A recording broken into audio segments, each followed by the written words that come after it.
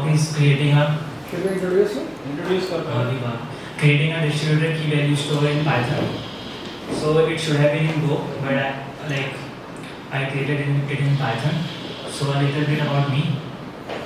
So I go over the web by Pragmatic 99, and I'm basically a full stack developer leaning more on the front end side, and I contribute to Forsacia, their project eventy.com, and I basically love reading and writing. Yeah, and I am a volunteer at PyD, as you know, and I'm also a final year undergrad at IP University.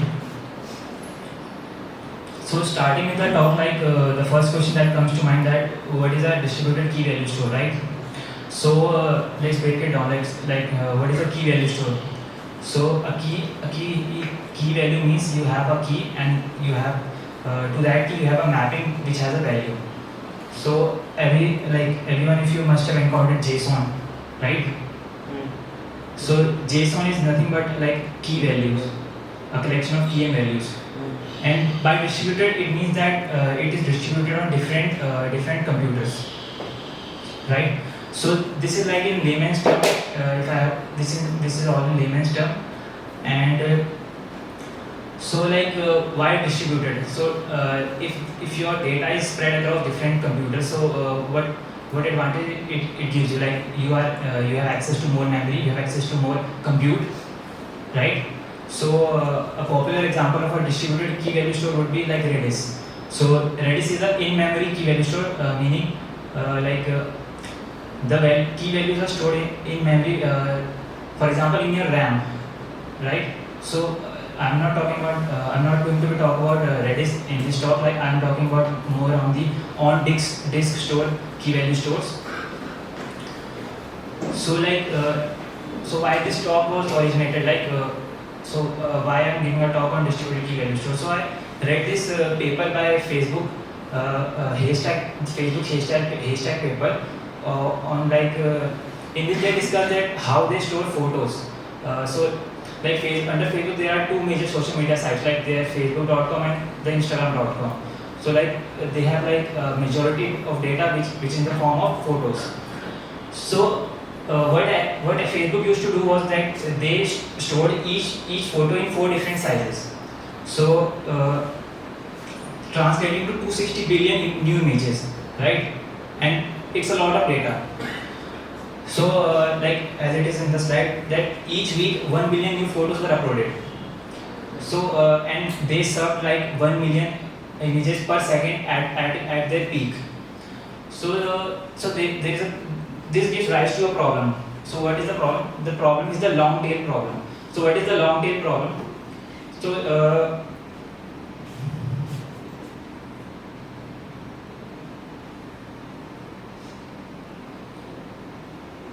So this is a traditional design of how Facebook or sites like Facebook serve data or photos.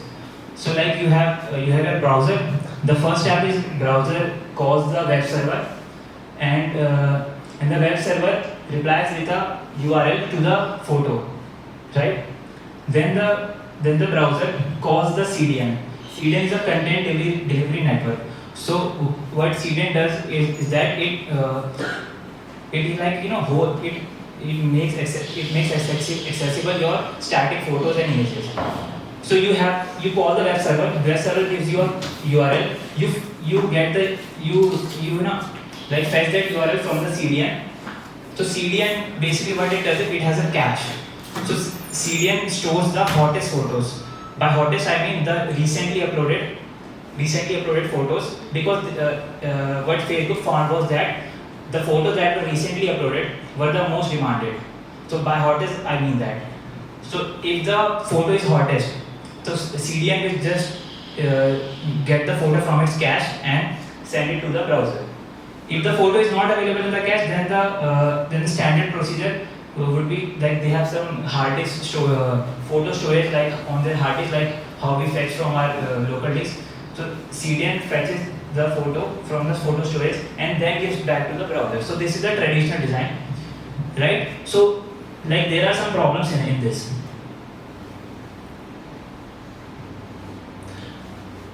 So So like the main problem is the hottest photos. So whatever will be the hottest photo, the profile pictures and photos that have been recently uploaded, that will be given to the browser like quickly. But the problem arises, like Facebook is a huge site, like huge, like they have like 260 billion images. So the request for the hottest photos are also huge, but the request for the not so new photo or not so recently uploaded photos are also huge. So if that is called the long tail. So the photos which are not recently uploaded comes under the long tail. So when the browser makes a request for those photos, it takes like a huge it takes like a massive amount of compute. By compute I mean they need to they need to first fetch data from the store. So it takes them a huge amount of they incur a lot of cost to fetch those photos which does not come under the hottest photos categories, right? Then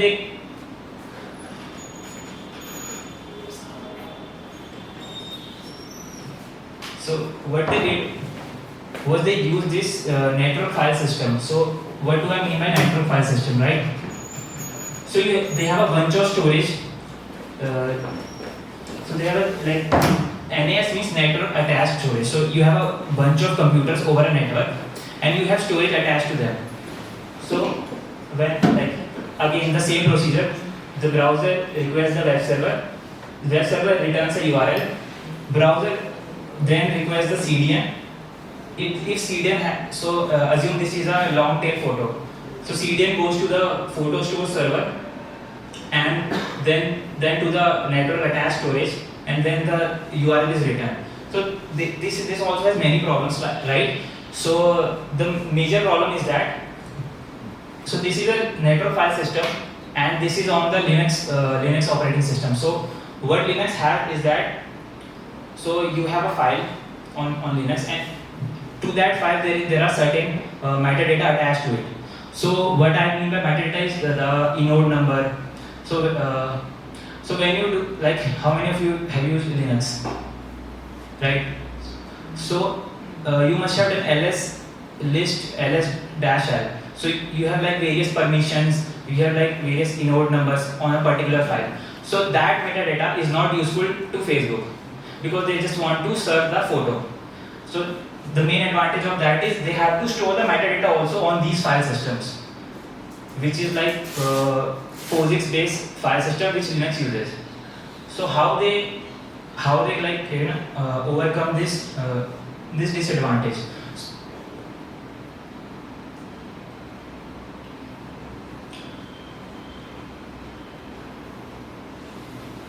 So they created something called Haystack. So Haystack is basically it stores multiple photos in a single file, and it maintains very large files. So so this is just a second. So Haystack is an object store where data is written once, read many times, and rarely deleted, right? So like going through some of the advantages over this, like Haystack has high throughput and low latency. So like, can any of you like explain to me like what throughput and latency are? Like experienced folks. Yeah. It pushes through a lot of data. Micro always mic. It can push through a large bandwidth of data. High throughput means can push through a lot of data at once, and low latency that there is not a high cost attached to call to the storage. So if you make a call at t equals to 0 and the response at t equals to n, and takes let's say x to actually process the request,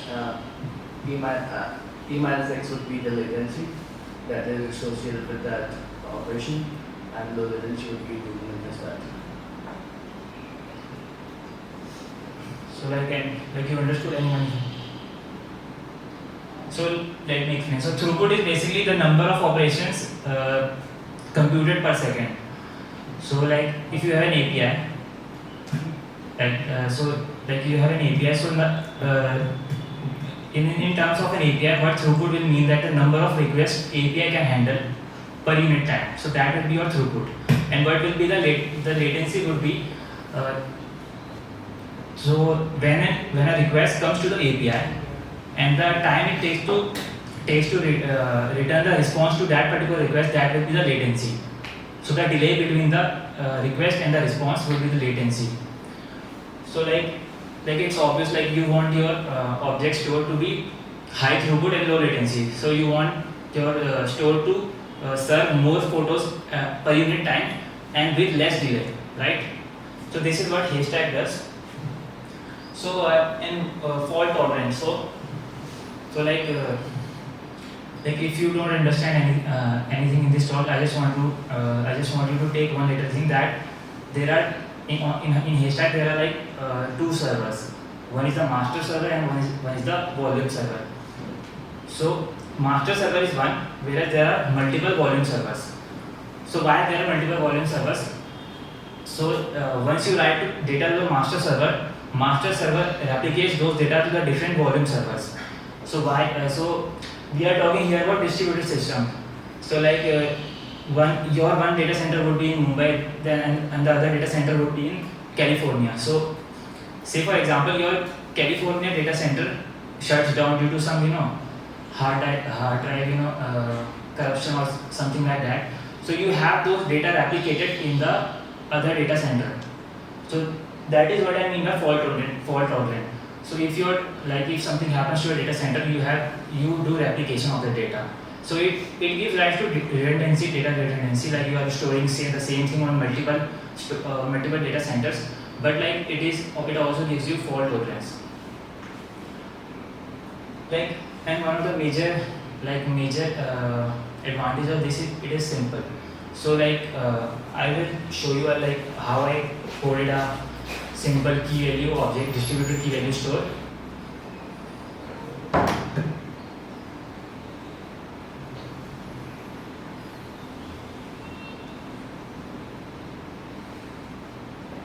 So talking about Haystack more, Haystack has three major components in its architecture. The first one is the Haystack directory, the second is the Haystack cache, and the third is the Haystack store. So the Haystack store is same as the in the previous photo I showed the network attached storage, but it is different in how it stores the data. So the Haystack cache is an internal cache. So like there is a Haystack cache is just like a CDN, but it is an internal CDN. So if the photo is not available in this CDN, Facebook can fall back to the internal CDN to serve the photo. Like, yeah, any questions right now till right now?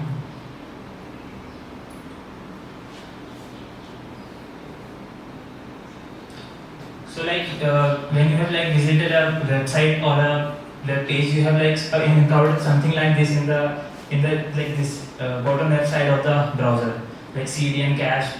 So that is your browser calling the CDN to serve the static content, right?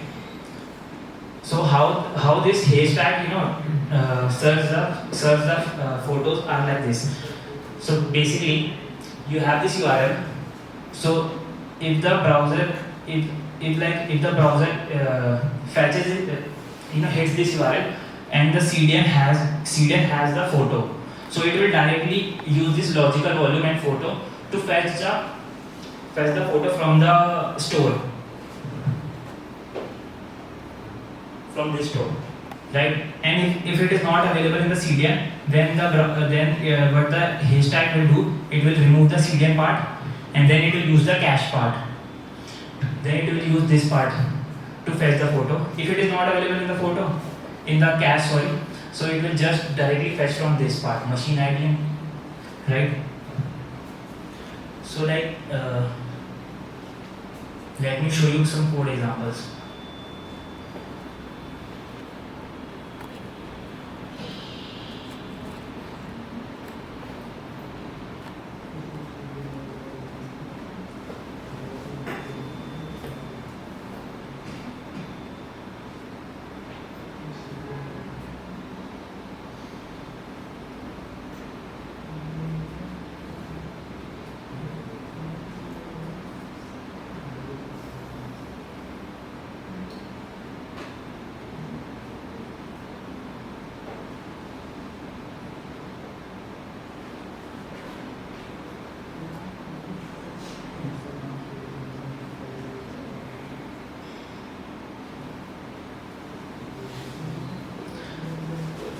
So like I have just used a simple web server called Wizgy, uWizgy, right?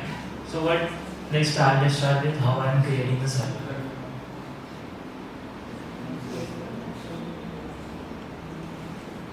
So this is the initialization script for the master server. So I'm doing nothing. I'm exporting some environment variables for my script to use, and I'm changing the permission of my DB. So this is the command that that launches the server, and it takes this file, my server.py file, right? And in the same way, I have a volume script for volume server. Like there's nothing in this. Like I'm exporting some environment variables, then using those environment variables to launch the server.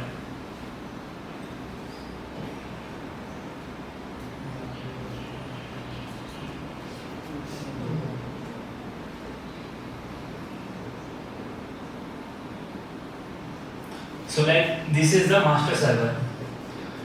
So we have like I am like using the host by using the server name and the server port. This will be your this will be your host name on Linux, and this will be the port on which the master server is running. So the master server, if you use this script, the master server will be running on port 5000. And so like there are like different what do we call it? It handles four different requests. So one would be post, put, get, and delete, right? So if the request is post, so like the post method is called by the volume server to write to the database. So I have used like LevelDB, so as my database. So I have used the Python wrapper for LevelDB, right?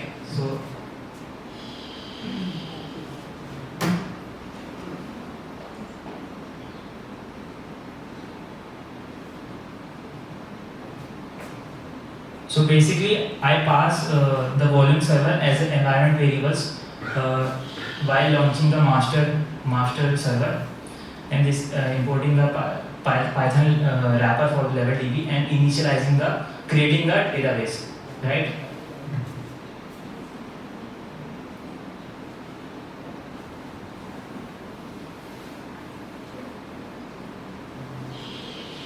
So when the volume server calls the master server with the post method, so like it will check the data. So I will pass some data to the my laptop was not working with this cable, so that is why I cannot show you the live example how this will work. So you can try to launch this on your, if you have a laptop, you can launch this on your own computers.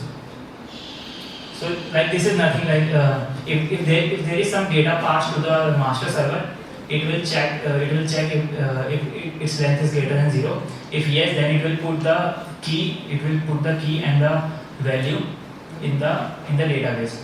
So I wrote this code in a hurry. So this is some anti-pattern. So why is this an anti-pattern? Say if the data that is passed, so photos are huge, they can be used. So if if there is a bunch of photos passed together, so that will say the collection of photos is more than 1 GB. So ये पूरा 1 GB पहले memory में लाएगा, फिर उसको पढ़ेगा, तो ये एंटी पैटर्न है. So don't do this. ठीक है. So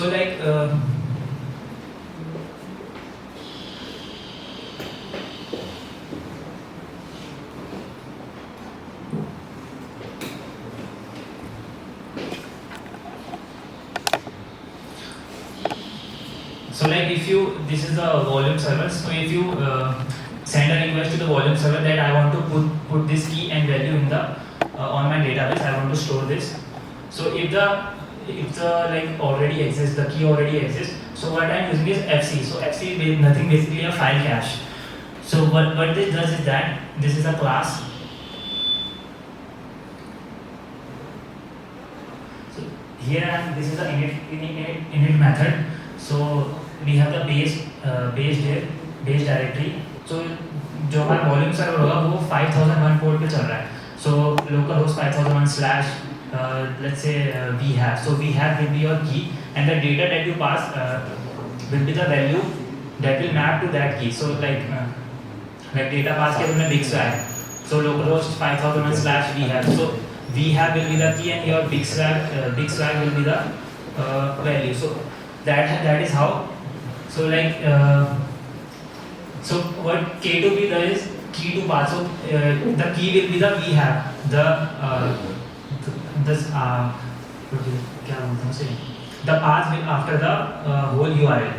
So it converts this key into a MD5 hash, right? So उस hash से क्या करते हैं हम, बेसिकली डायरेक्टरीज बना रहे हैं. फाइल स्टोर करनी है ना, तो उसके लिए हम डायरेक्टरीज बना रहे हैं. So like लाइव एग्जाम्पल तो नहीं हो पाएगा आज. सो लाइक सबसे मेन थिंग समझा देता हूँ, जो मैंने बोला था कि मास्टर सर्वर एक हो तुम्हारे पास और वॉल्यूम सर्वर बहुत सारे होंगे. सो लाइक जब यहाँ पे कहाँ गई या सो यहाँ पे क्या हो रहा है, volume equal to random choice volume. So मैंने बोला एक मास्टर सर्वर होगा, वॉल्यूम सर्वर बहुत सारे होंगे. तो मास्टर सर्वर को सेलेक्ट करना होगा कि कौन से वॉल्यूम सर्वर पे वो डेटा पोस्ट करेगा, राइट. सो ये तो बस मैंने एक रैंडमली चूज कर लिया, कोई सा भी लिखा है ऊपर to do make volume selection intelligent. So like अगर किसी को कोई आइडिया हो कैसे करना तो PR डाल देना. एंड सो बेसिकली यहाँ से वॉल्यूम सर्वर सेलेक्ट करेगा मास्टर सर्वर.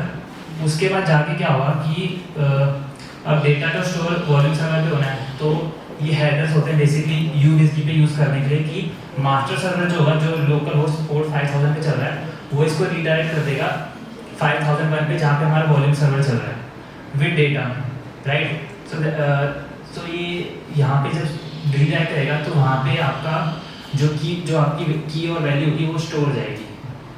सो बेसिकली यही है, मतलब एक बहुत ही एक शॉर्ट एग्जांपल है की वैल्यू स्टोर का. ठीक है, मेरा लैपटॉप अभी चला नहीं तो I can't show you like the live code example. So यार कोई क्वेश्चन हो तो पूछ लो. Like so the question is what is the master program. तो ये तो बहुत ही सिंपल है, मतलब सिंपल की स्टोरी है. सो बेसिकली ये जो पेपर है फेसबुक का, ये वाला पेपर, ठीक है, तो इस पेपर को पढ़ के एक लाइब्रेरी है CVDFS. सो उन्होंने क्या किया, उन्होंने राफ्ट एल्गोरिथम यूज़ किया जो डिस्ट्रीब्यूटेड सिस्टम्स के लिए होता है. So what raft does is, तो सारी स्टार्टिंग में सारी वॉल्यूम सर्वर होते हैं, तो राफ्ट क्या करता है कि उनकी एल्गोरिथम होती है, तो उसमें से वॉल्यूम सर्वर में से एक मास्टर सर्वर वो चूज़ करता है. अगर वो डाउन हो जाता है तो वो फिर दोबारा से वो चूज़ करता है अगला master server. So basically that's how they do it. So CVDFS is a library. तो वो इसी पेपर के ऊपर मतलब बिल्ड किया उस लाइब्रेरी ने. So basically the election. Sorry, Server election method. हाँ इलेक्शन होता है बिल्कुल. और भी कुछ है? Raft is basically open source, distributed open source projects में 75% of them use Raft for leader election. सो जो मेरे टॉक है उसका जो इशू होगा PyDelay की रिपो पे, टॉक्स रिपो पे, उसमें मैंने रेफरेंस पेपर भी वो अटैच किए हुए हैं. तो अगर किसी को इंटरेस्ट हो तो पढ़ लेना दोनों पे. और लाइब्रेरी भी जिसकी मैं बात कर रहा हूँ वो मैंने अटैच की हुई है. Any more questions? Okay, thank you.